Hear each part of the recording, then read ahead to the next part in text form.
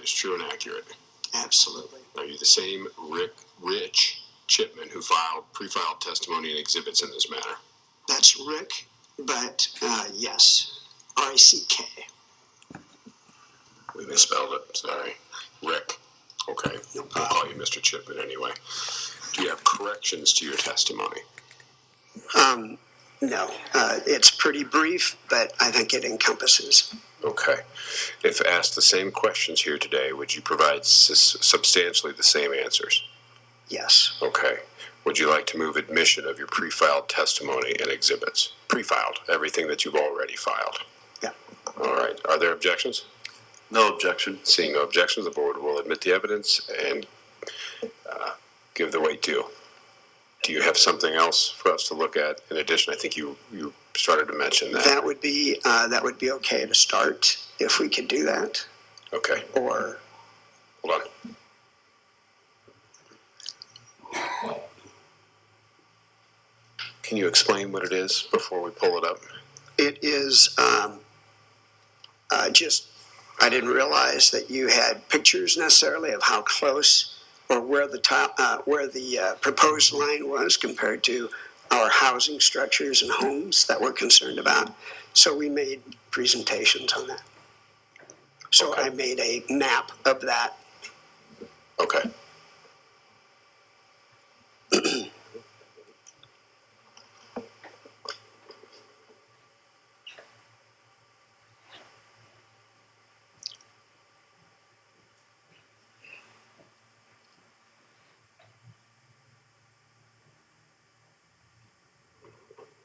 So the testimony it's correct me if I'm wrong, when we've reviewed your pre-filed. Yes. And obviously reviewed your submission. Yes. They are substantially the same thing, correct? Yes. Okay. So typically if we're going to admit something now, it's something new and different, not I don't want to say just, not the same information. They were just clarifying and making it visual what I had already stated. Okay. So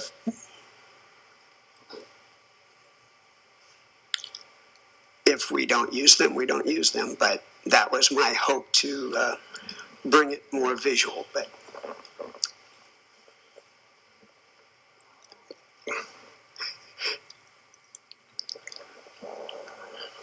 are there objections from the parties? I don't know what it is, Your Honor. I don't think it's been uploaded. I would suggest that pulling up the KMZ would probably be the easiest way to visualize it. The KMZ, the files that you've been watching us use here today, where the staff pulls up on the... we can make that work as well. Okay. All right, we'll work our way through it. Sure. All right. Sure. All right.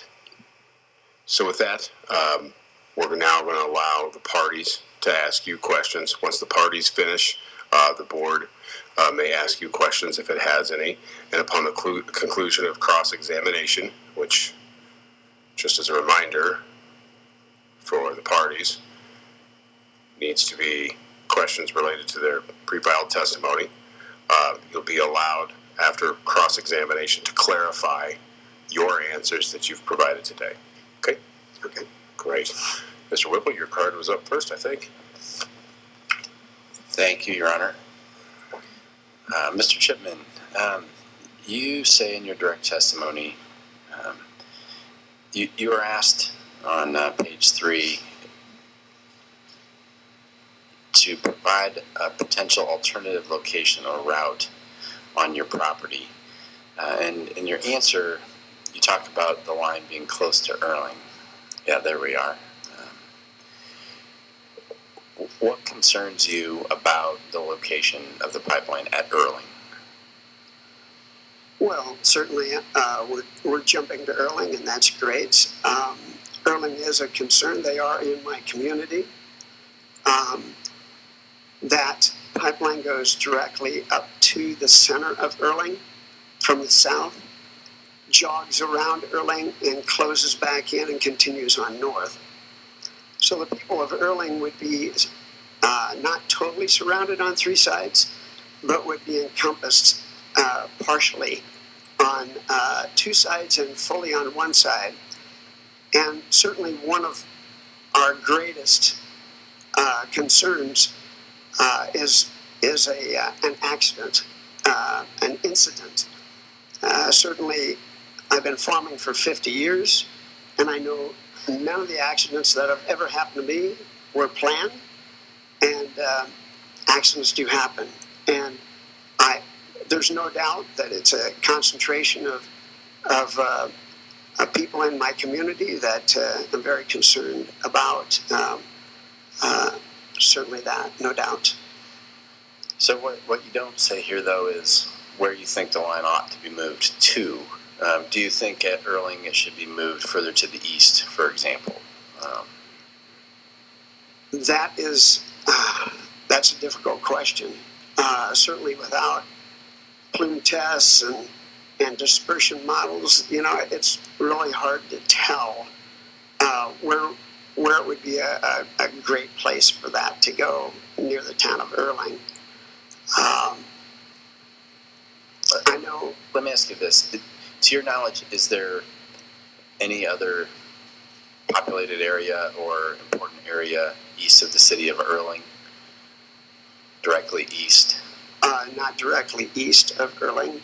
The next town would be south, Westphalia, and east but south would be Harlan, and north and east would be Defiance. Yes. So to move it east further, I'm not sure that would be a great solution. It may be a possibility. But at least it wouldn't hit another incorporated city directly to the east of Erling. It would not hit another incorporated city directly to the east. Right. Thank you. Mr. Taylor. Hold on. Okay. I believe Mr. Whippel was done with his questions. Were you not done, Mr. Chipman? Well, certainly the proximity to homes is of utmost importance to me. And even in our immediate area, which my slides would have turned up, we're only 550 feet from one of my employees' homes and 1,550 feet from my son's home. So those are also hugely important and concerning to us. Okay, thank you. So I didn't mean to interrupt you there. Typically, when the questioning attorney is done, then we move to the next one. So you're doing great. Mr. Taylor. Thank you. In fact, that was going to be my first question. About the nearby residences. Yeah, one of them is an employee that's been there for 47 years, and they run a daycare for their grandchildren in their home, multiple days of the week, each week, except during the summer. And my son, who's been with the operation for 20 years, they are a mile south of there, 1,550 feet from the proposed location. They have two children that are our only grandchildren, one of which is handicapped, so makes it a little challenging. So, okay. So where would the nearest emergency management personnel be if there were a rupture in the pipeline? Well, they're all volunteer. 7 miles to the east would be Harlan, 10 to the south would be Shelby, 7 to the west would be Portsmouth, all volunteer people. And do you know if they've been trained in the CO2 pipeline Well, I know that they are concerned because I heard those concerns at the Board of Supervisors meetings that I was a part of witnessing to, commenting on, I should say. But I don't know the exact training. I think they're concerned, no doubt about that. Okay. So were you at some supervisors meetings where Summit representatives were there talking about this? I was at the initial gathering at the Turkelson Center that Summit was a part of as well. That major presentation That was, I believe, called by the Board of Supervisors. I'm not sure about that. There was also several, there were 3, I believe, Board of Supervisor meetings where they received comments from the individuals, and I had a part 1 and part 2 of that, and I was at those. Okay. Did you hear at those supervisors meetings things that the summer representatives were telling the supervisors that you felt were maybe not correct, or you had questions about? Well, certainly the initial one was early on, and so it was more of a fact-finding, first informational thing. So, certainly you question all those comments, but I can't say specifically that. That's been a while back. I can't say specifically that I would stand on a rock and say that they were misleading necessarily. They did some things that they were talking about some things that did raise red flags, but at this moment I can't recall those. So. Okay.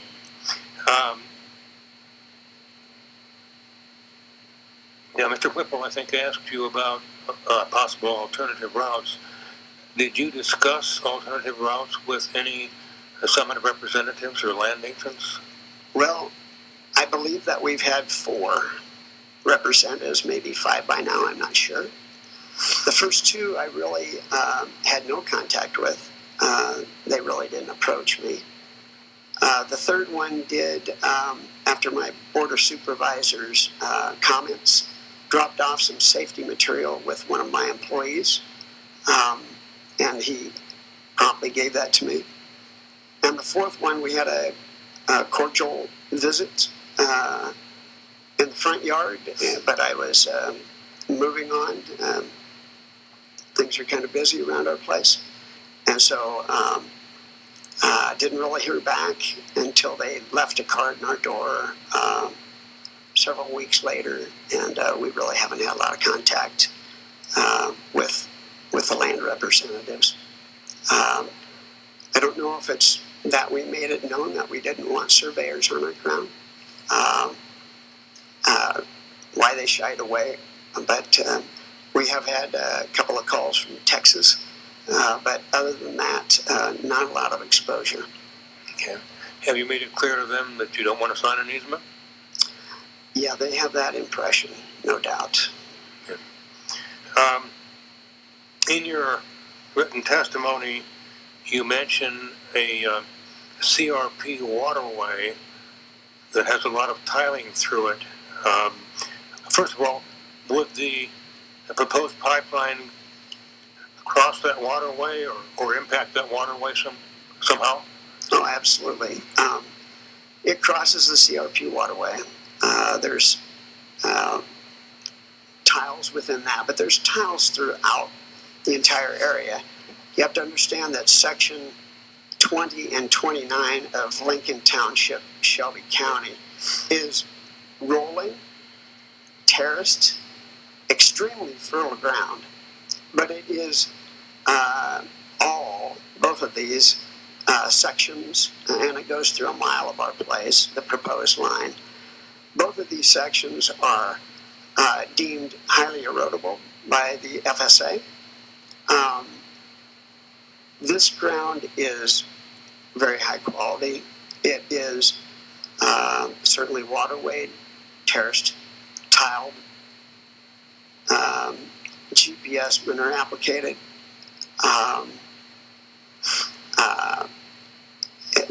They are highly erodible soils, though. It has been no-tilled for many, many years. We are definitely concerned about the erosion going not only through the waterway, but directly up and down the hills, through the terraces, through the tile lines. could be destructive for many, many years. You cannot mess with that type of land and not pay the price for some time.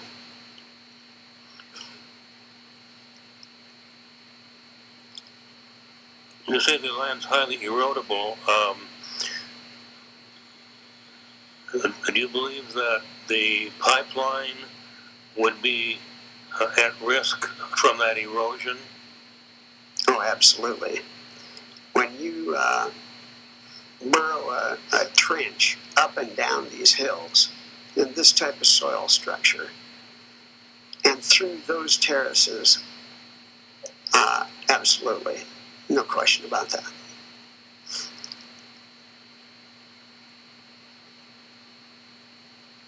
You mentioned in your testimony a northern natural gas line that goes through another property you have, but I wasn't clear how that affects your testimony regarding the proposed Summit pipeline. Can you clarify that for us? Yes. So there was a pipeline put in 30, I really don't know how many years ago, and some land that we bought like 8 years ago. And everyone thinks that a pipeline that's buried 4 foot deep at the top will stay 4 foot deep. That's not true. Now, the pipe doesn't move, but the ground condition certainly can. So we were surprised a couple of years ago to get a letter from the company saying, be aware the pipeline running through your ground is 16 to 18 inches deep in some spots. Well, I wish I'd have known that before we ripped.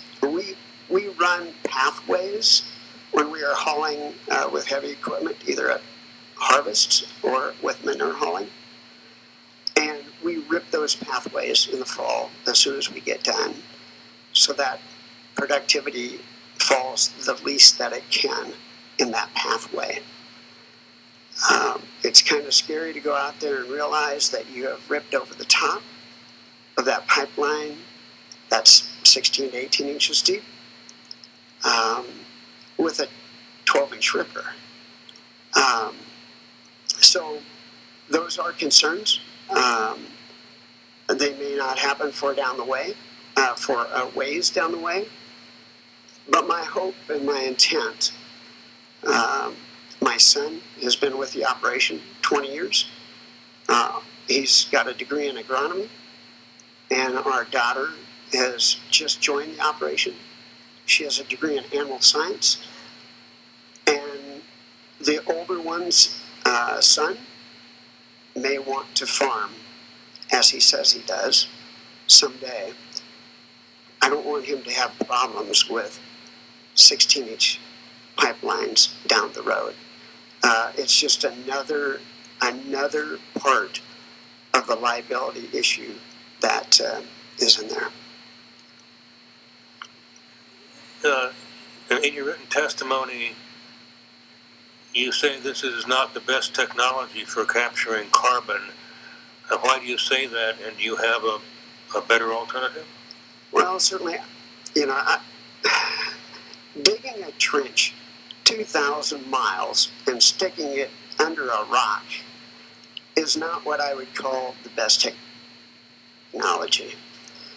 Certainly, there is a lot of new technology that is being discovered all along. I've got examples of it. These are not on a commercial level yet.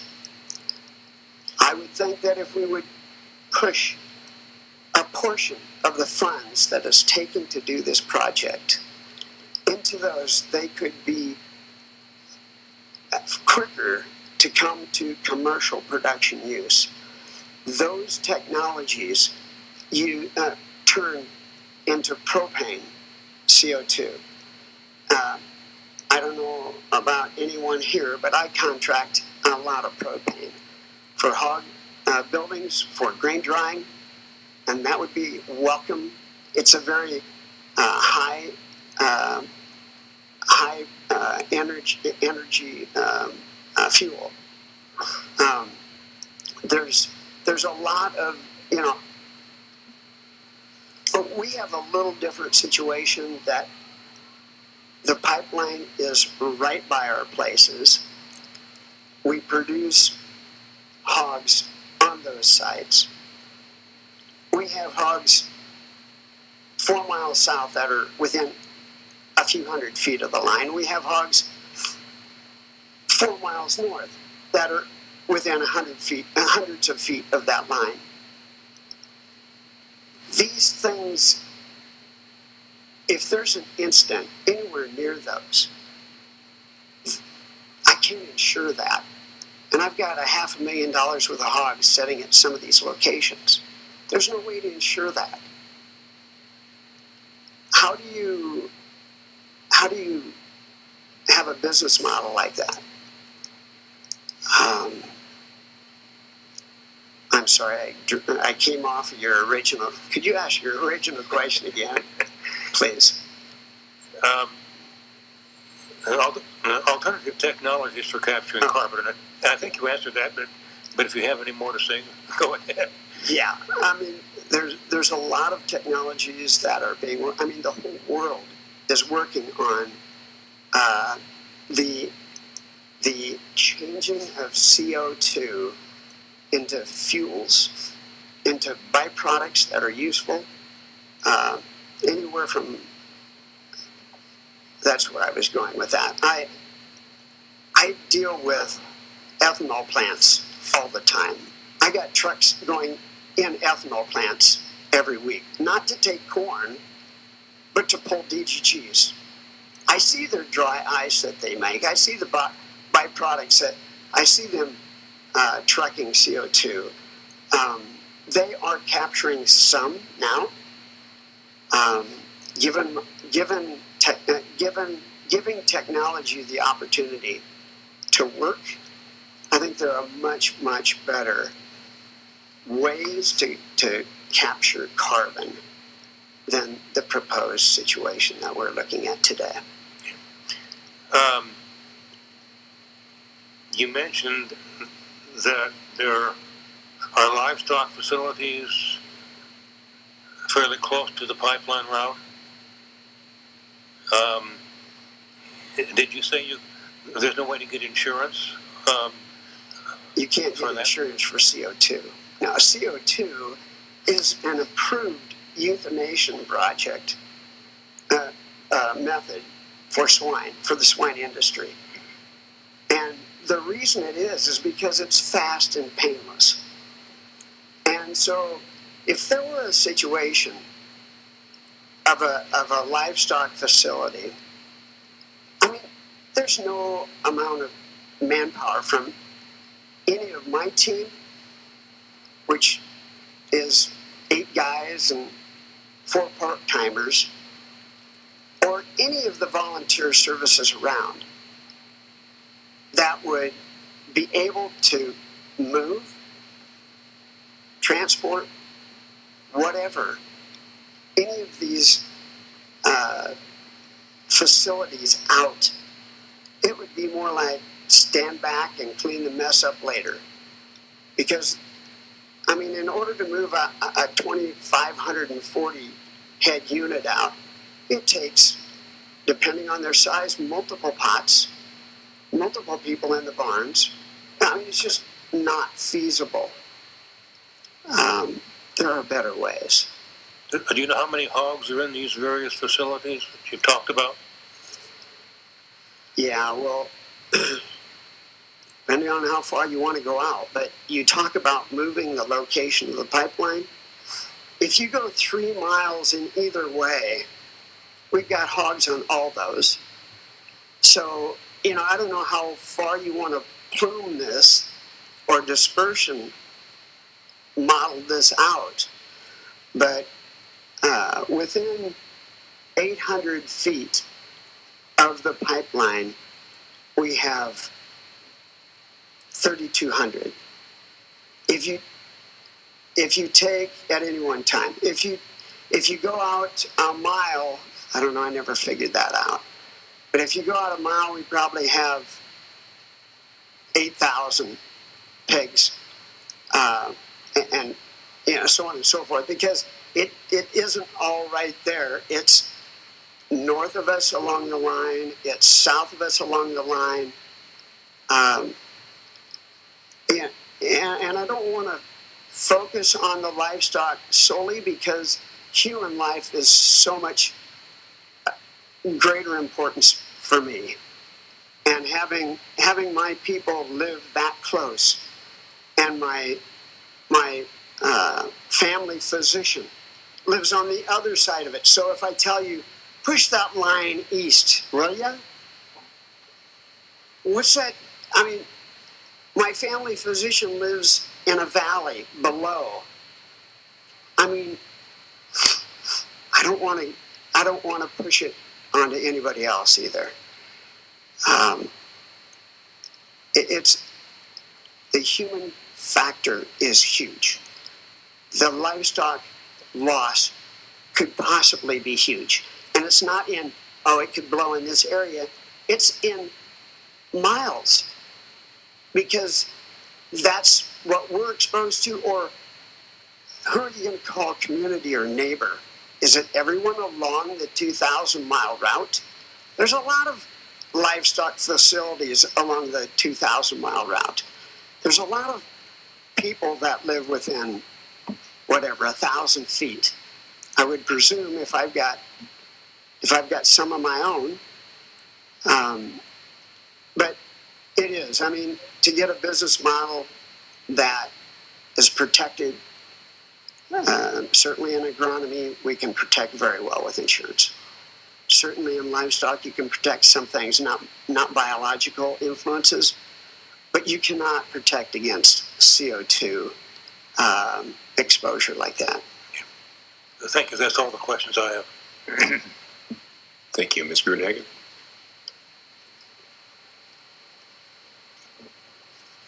Hi, Mr. Hi. Chipman.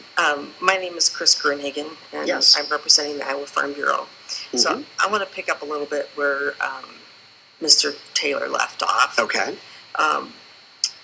You talked about it would be a catastrophic loss if there was an incident near one of your hog sites. Is that what you were talking to Mr. Taylor about? Certainly. Okay. And did you say you have a 2,500 head site within hundreds of feet? We have four 2,500 head sites, but only one of them is within 800 feet. Okay. It's downhill from the proposed location, the current proposed location. I had a picture of it, and I had a picture of where the pipeline is compared to where, but that's okay. We're good. We're good. And then you mentioned that you're concerned about being able to get insurance to cover that kind of a loss. Yeah, indeed. Okay. Would you think it would be fair for the board to require Summit to have insurance to cover that kind of a loss? Oh man. If I can't get insurance, I'm not sure how they could, because that is like 1,000 times what, or 100 times, several hundred times what my exposure would be. To insure CO2, that would be an interesting thing.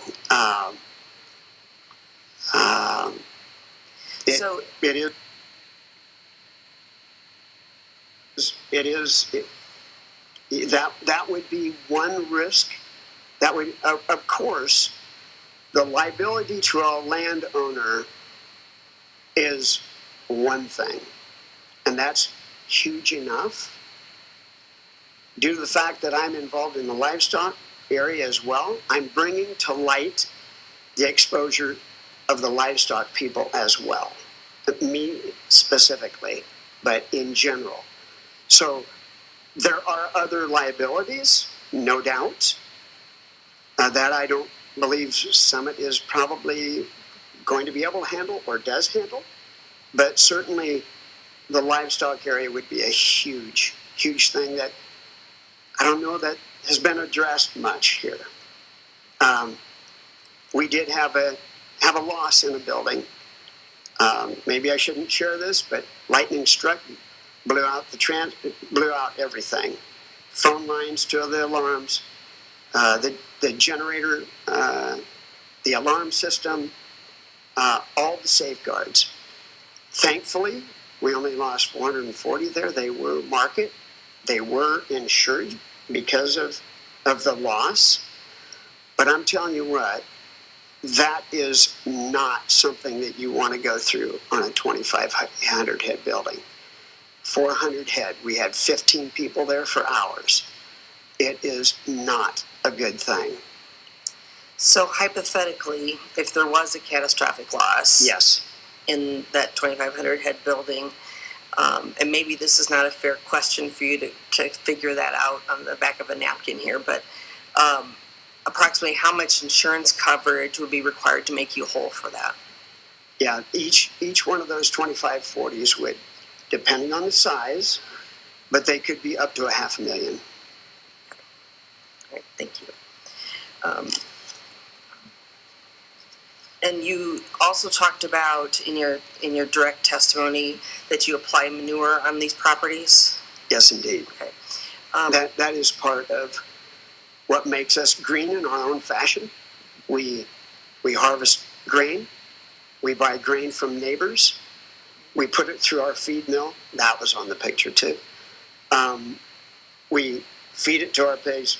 We haul the manure on the sites. Unfortunately, we don't have enough manure for all the land that's nearby, but yes. Could the IUB staff please bring up the KMZ for his properties and maybe we can Absolutely. That'd be great. look at some of that? Okay, so there's 4 properties north to south shown on the screen that are part of the eminent domain request. That is true. Okay. All that's in red. Yep. Yep, all the area that's in red. Okay. Do you want me to point out things? Sure, go ahead. Okay. So that is the proposed line right there. You see that house? That's a house, right? Mr. Chipman, when you're pointing things out, just make sure you're using descriptive words of the landmarks so that later, when we're reading the testimony, we can know exactly. I'll do my best. Do my best. You're doing great. So off of that, before the end of that short terrace there, and I had this laid out so nicely in mind, but red line went right there. And this is parcel SH-033 that you're pointing that to there? is, all I know is that that's section 29. Okay. So okay. So the pipeline proposed route is right here. So is the route the white line there? I believe that's already drawn in there for you. Oh, right there? Yeah. Oh, I'm sorry. That's the proposed line. Well, okay. So I'm off. So it's closer than I even thought. So the distance between here and here, not the building site, but the house, is 550 foot or less. I measured it months ago, but I might have been off. We've learned that the IUB staff is very good at measuring, and maybe they can measure that for you. That'd be great. Excellent.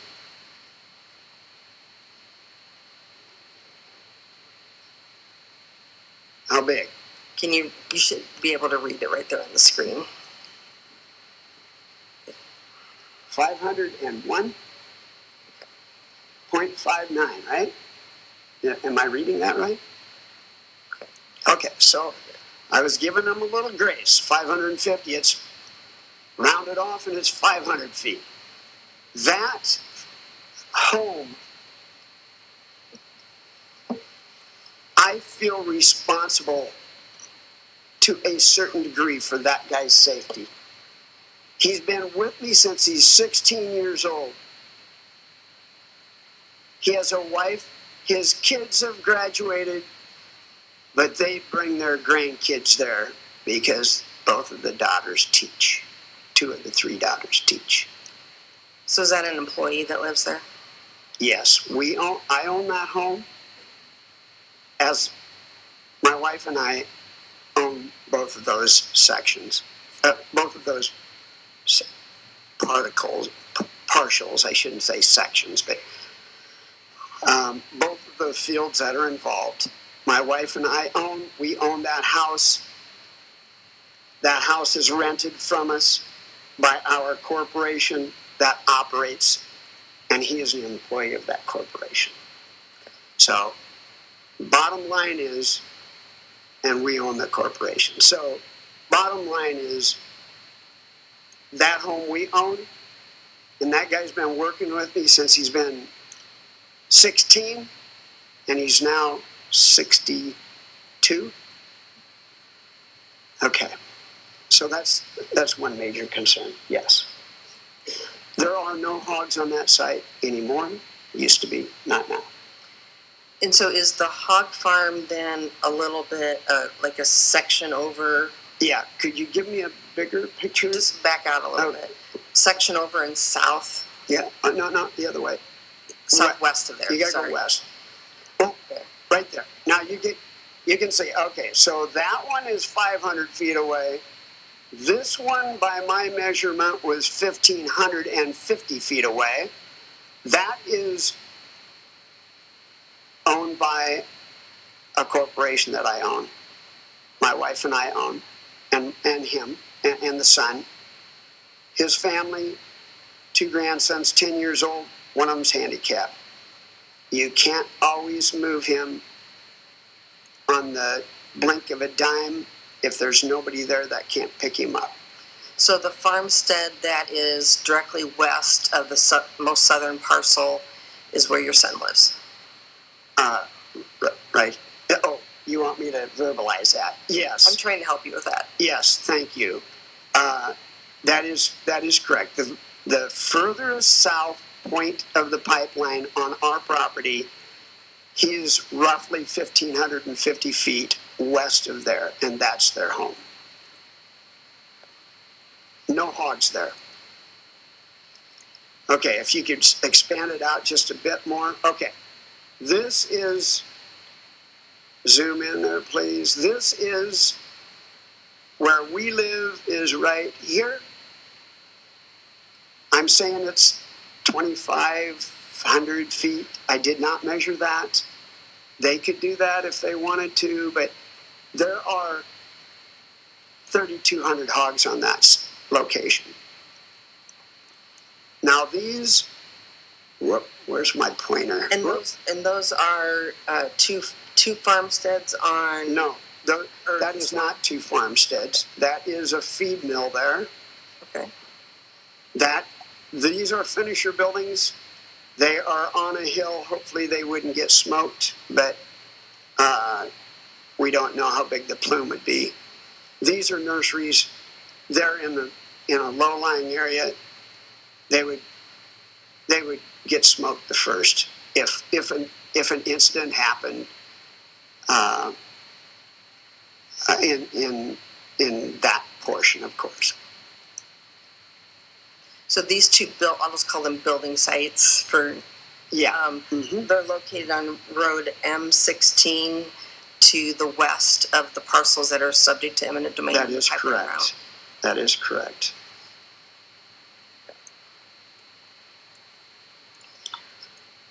You can see the multiple back to the red part. You can see the multiple terraces, and obviously you can't see the multiple tile lines. But the waterway, if you raise the picture up just a bit for me, the other way, please. Yeah, right here is the CRP waterway. Here is a cemented. Can you describe that in words where it's at? Oh, I'm sorry. It's okay. At the east end of the CRP waterway, which is on the east edge of the red area, there's a concrete structure there as well that all these tile lines feed into. So there's tile lines up through here, several, there's tile lines through this bottom, and then you gotta go through, this is up a fairly decent hill, sea slope, through here, these are all, there's tile lines, there's terraces. This must be an old, I know, there it is. That's a terrace there. The multiple tile lines through here. Yeah, a lot of conservation work has been done. We've owned this land for 30 years and this for 20 years. Oh. So you mentioned these properties are all been designated as highly erodible land. That is correct. And do those properties then need to remain in conservation compliance to remain eligible for farm programs? Oh yeah, And big so, time. And so, would you have concerns about remaining eligible? Well, I didn't check with FSA about that.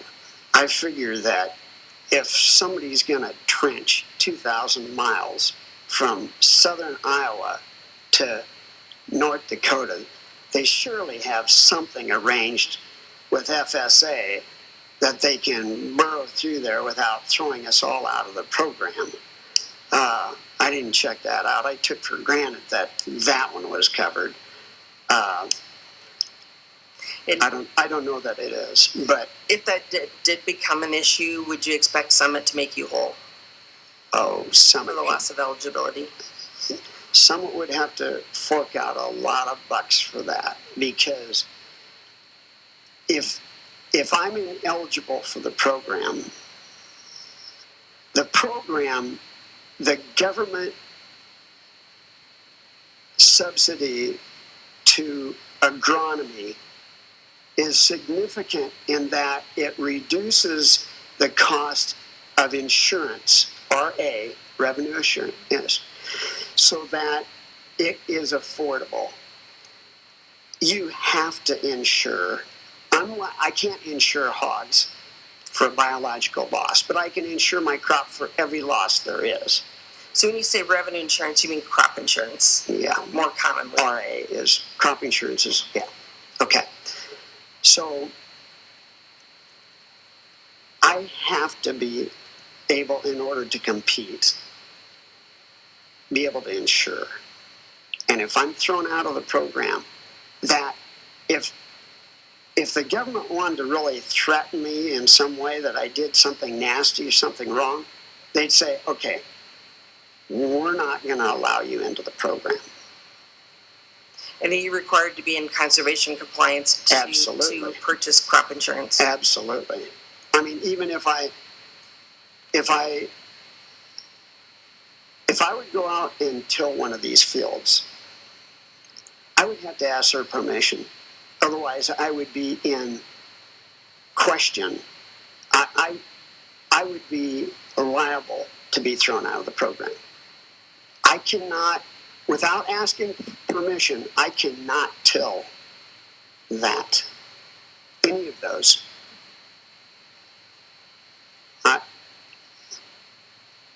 You can't compete. I mean, there's hardly any crop producers that don't insure. Now, maybe niche markets and stuff like that, but in a corn soybean rotation, if we had a total crop loss, we can insure at least a break even, and sometimes better. So you probably asked me a raw thing, because there are no safety nets in livestock production. You're just screwed. I can insure the barn burning down. I can insure a number of things. But biologically,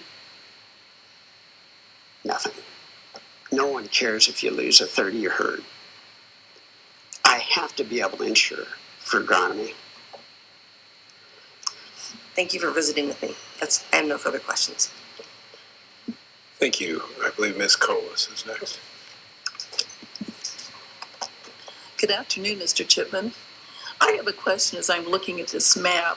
You might as well leave it up. Okay. Are you concerned? I'm a big one on accessibility and when you're cut off by the pipeline on how to get to your tillable acres. Do you have concern? I know there's limitations, not being able to use it, on what type of equipment you can safely go over this pipeline? Yeah, I got pictures. They're just not here. They're on the PowerPoint, but absolutely, yeah. I not only haul manure for our operation, but we also custom, and so we have pretty good sized equipment. We GPS apply and so on and so forth, but it's heavy, it's big, and as you heard before, I drive in pathways so that I only rip those out. And so minimally compact, but yes, I am. There's no way in this environment, if you look at where the proposed line is currently, I have to farm that on a contour. If I am spot checked and I'm not on a contour, we need to have a talk here. You need to be more contoured. So when I'm gathering grain in our big grain cart that we have a picture of, that's not here, or when I'm applying manure, I have to go across those lines all the time. All the time. There's absolutely no way that I can apply manure back onto those fields in those areas without crossing that line multiple times. When I'm hauling, it's every 20 minutes. There's a load, 80,000 pounds, 90,000 pounds, all the time. So you're concerned for compaction because you have to do this repeatedly, and the yield you would get out of that land through the easement will be completely diminished in your profitability. Well, I wouldn't state it quite that way. Okay. We are always concerned with compaction. That's why we've got more axles. That's why we run on fields as little as possible. That's why we apply 90% in the fall. It's on the tramways that really get very, very compacted and that we have to rip. And FSA allows us to do that. But in the field, you run when it's as dry as possible. You have as many axles on the ground as you can. You run through the field on common paths. So there is some compaction under our normal application. There's no way to avoid that. If we do it in the fall, that's very, very helpful. But I'm concerned more, let me rephrase my concern, is when you're going across that pipeline over and over and over again, one of the ways, if the pipeline goes through, one of the ways that I will strategize to get that land back into shape would be to get authorization. I would apply high quality manure at the rate. I'm only allowed to apply so much. That's government regulated with a manure management plan. But I would apply as much as I could. I would rip the heck out of it, shallower than probably normal, and I would do that as year and year and year and try to get it back into shape.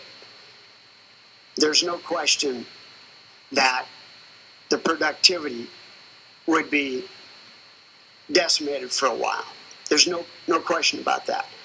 But with intense practice, we don't know how long it would take. I've not faced that. Even in the pipeline, that's 20 miles away that I'm concerned about being 16 inches deep that they're going to fill in over this fall. before winter. I don't know how many years it took because we didn't own it back then. I wouldn't remember anyhow, but so yeah, compaction is a big issue, but carrying a tunnel through all this is a huge issue. Okay. Well, you're doing it right. You're just proving that the landowner knows what he's doing and does what's best for his land to increase the productivity and the quality of the land to preserve it forever. The production on those two pieces are extremely high. And we are pleased with that. And since Adam came back 20 years ago, he is the agronomy manager, and he does an excellent job. And yes, we are very, very concerned about that, and we focus on that a lot. Well done. Thank you. No further questions. Thank you, Mr. Jorde. Sir, I think you had testified you have approximately 12 employees, not counting your own family and yourself. Is that right? That is correct. So, including your family, obviously, including yourself, how many folks are employed by and depend on your operations that are in close proximity to the proposed pipeline? Well, let's see. We have one that's within 500 feet, 501. We have a family member that's within 1,550 feet. We have two contract operations that are not employees, but you have to remember that there's about 22 contractors that get a big check from us as well every year. So there's some of those along the line, two that I can think of right now. So 4 of them are extremely close. And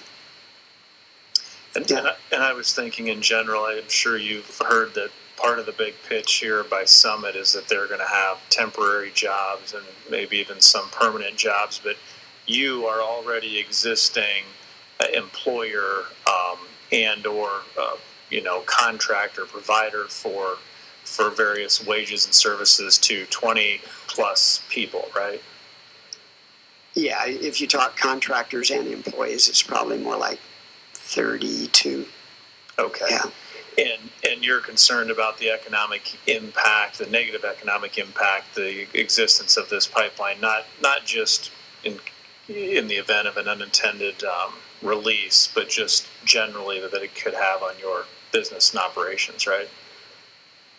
Well, there's no doubt about that. And, if our operation, if we walked away from the animal science side, the cropping could be done by 1.5 people. It's all the other stuff. It's the trucking and the feed mill and the hogs and the grain is a smaller part, but very important part. One of the things you talked about, our operation and that type of thing. One of the things that concerns me is, I mentioned before, our son's been there for 20 years from the Iowa Department of Ag, and she's been there since January. She's got an animal science degree. She didn't come back just as a status quo or to diminish this so that there's only agronomy. No.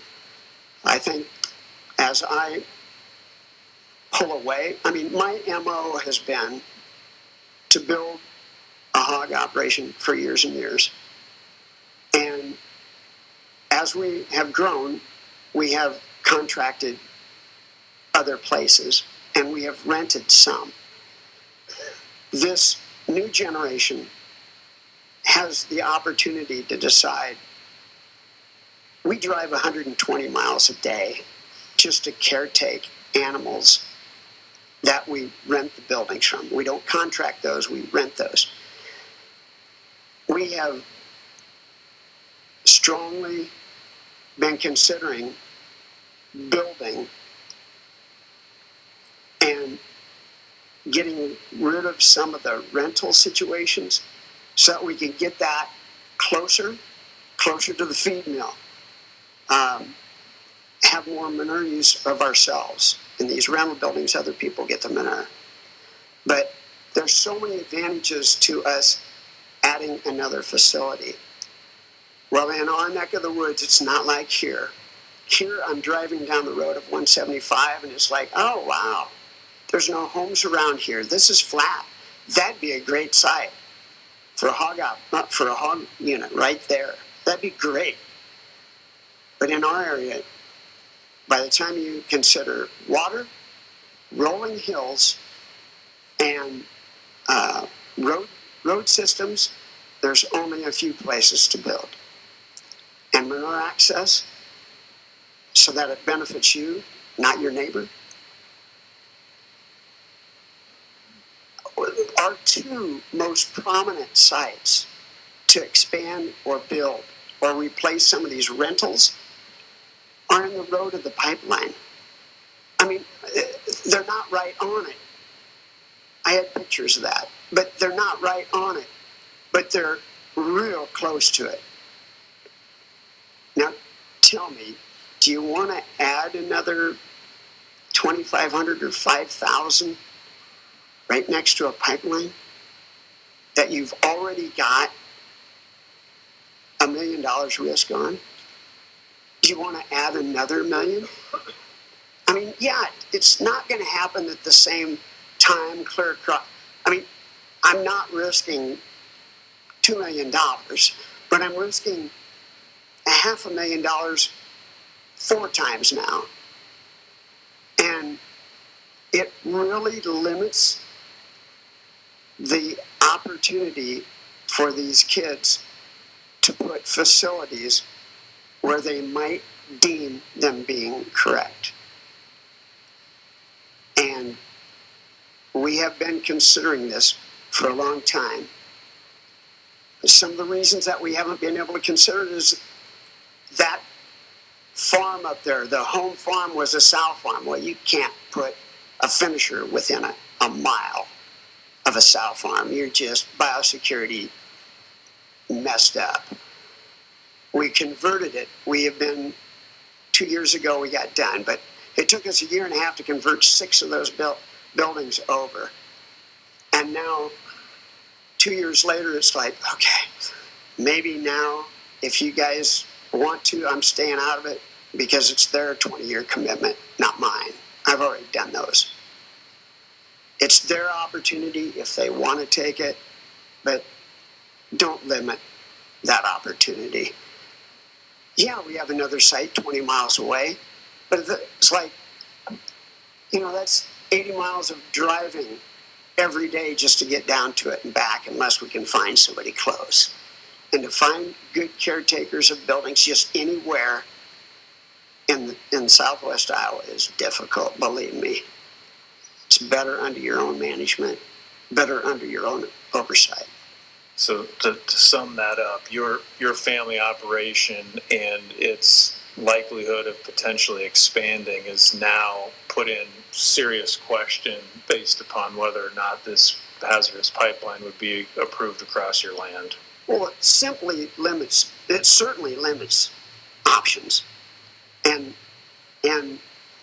the building of the pipeline could take away the 2 best sites that we have. You just can't build everywhere. There's not only people living in proximity, we have to stay 1,875 feet away. But we can build closer than that in an ideal situation if we own we're used, you saw the buildings in my home. We're used to living closer than 1,875 feet away from a hog building. We're used to that. I've done it for 68 years. And so have my employees. They don't have hogs there now, but they sure did. And so 700 feet away is our prime spot. But it is very close to the pipeline. Very close. You mentioned DDG, and I'm sure in Iowa most people understand that, but for the record, that's dried distiller's grain. Right, solubles. Right. We have to use the dried in swine rations, but those are byproducts of ethanol plants. And yeah, we pull from them all the time. And did the ethanol plants give you that for free, or do you have to pay for that? Oh, right. Yeah, I wish. So the DDGs, it's kind of a, love-hate thing sometimes, but the DDGs are priced just so that they work into the rations. They replace soybean meal and corn in the ration. So when that ratio changes, we have a formulator that works for us. He formulates rations for us all the time. And he requests prices on ingredients all the time. So we typically run lower levels of DDGs, but when they have to get rid of more, then it's priced so that they work in a little bit more. But typically, they are priced just so that they work in a swine operation. Now, wet distillers is a different subject. That's cattle only. I don't know what they do. But dried distillers, they're priced just so that they work into the ration to a certain degree because they got to get rid of them. So beyond profiting ethanol plants from actually selling the ethanol, they're also profiting from selling one of the byproducts, right? Oh, a number of byproducts. Yeah. DDGs are one of them, yeah. And CO2 is one of them, yeah. Based on your experience of 60 plus years in the hog business and farming generally, do you have any opinions if the ethanol plants are somehow going to suffer or go out of business if this pipeline isn't approved? No. I've been asked that before, and it's like I had to think about that a little bit to start with. But there are better ways to solve this problem. I am firmly convinced of that. They're already here. They're just not commercially sized.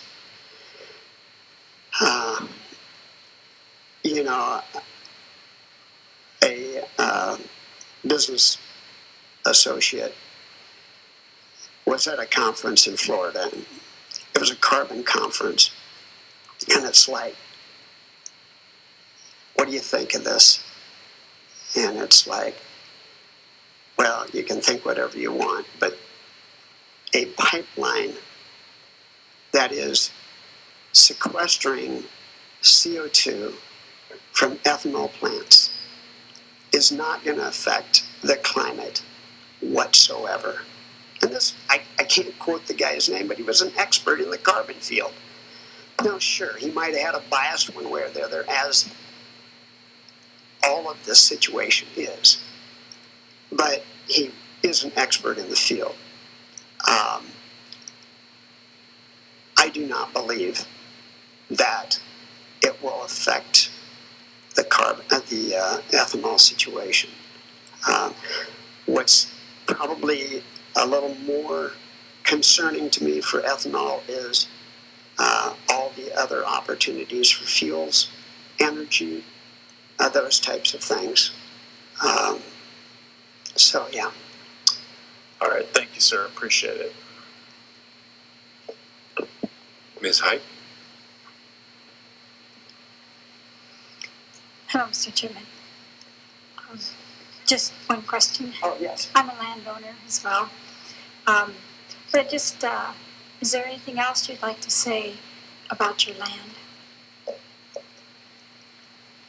Well, I think I've covered most of it. Certainly, as I hope that you've gotten the idea that our land is very productive. It's certainly very valuable to us, not only from a farming standpoint and a base of operation. With a hog operation, you have to have a base of operation. But it is something that it's not a buy and sell for me. It's a buy and hold.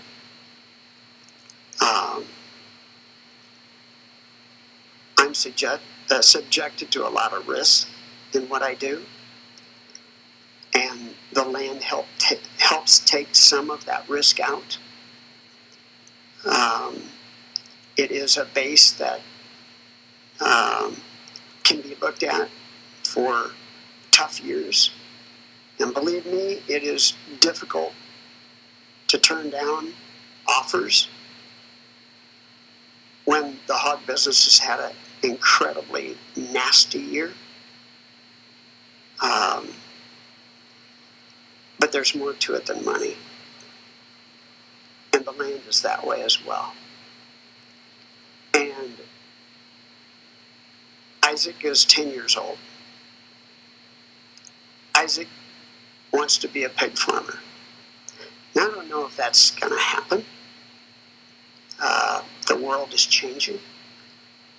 But I'm going to give him a shot at least being a farmer, and maybe a pig farmer if he wants.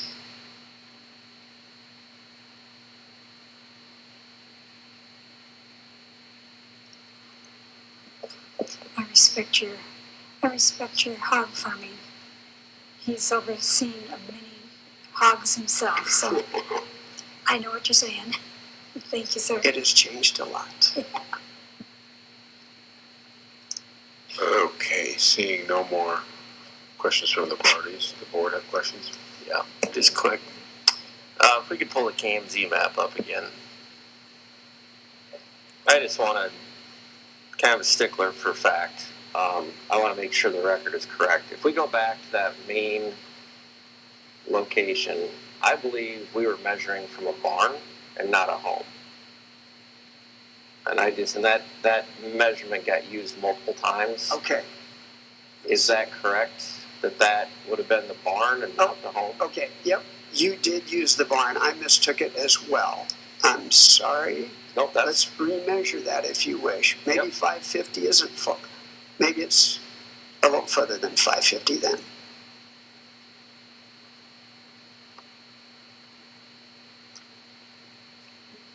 Oh, okay.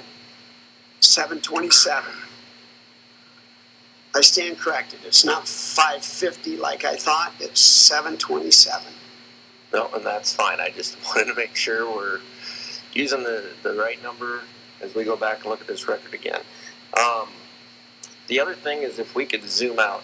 You talked a little bit about Northern Natural has a gas line that they sent you a letter that said that they're only 16 to 18 inches deep.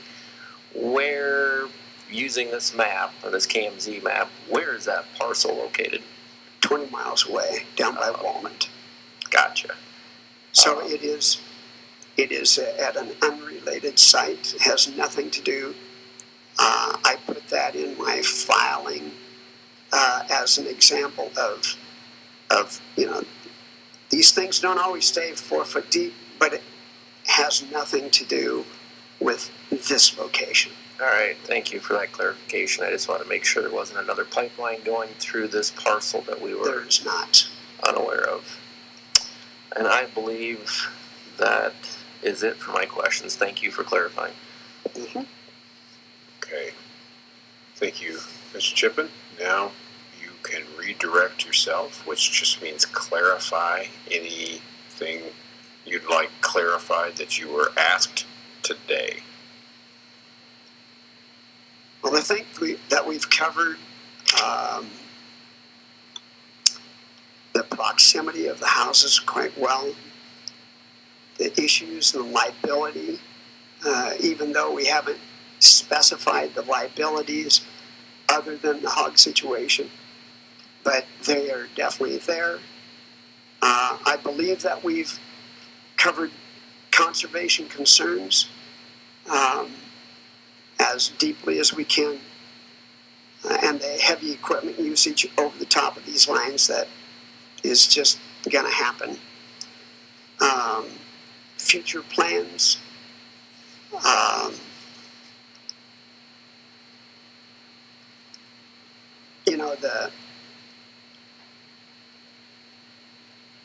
I just simply believe that there are better ways.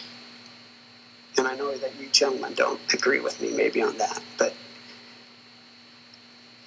burrowing 2,000 miles and sticking it under a rock, that is not rocket science.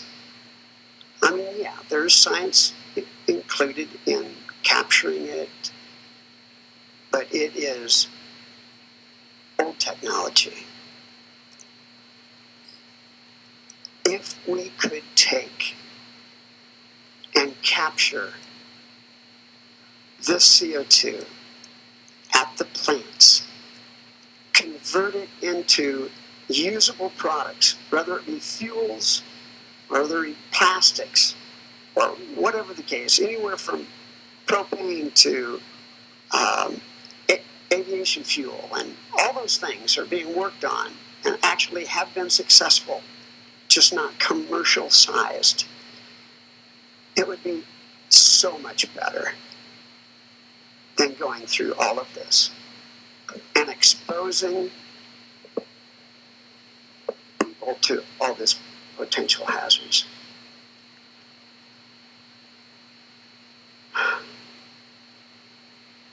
I take a lot of risk. Trucking, hog production, not so much grain production. Several employees in an occupation that's not always the least dangerous out there. Training young men, bringing them up. This is one risk that I just don't want to take. I certainly wish to thank the Iowa Utilities Board, not only for time today, but in giving me the opportunity to reschedule. I was in Southern Africa during the first appointment, doing some well projects and orphan projects, and I appreciate the opportunity to talk to you guys. Thank you so much. Thank you. Let me step down.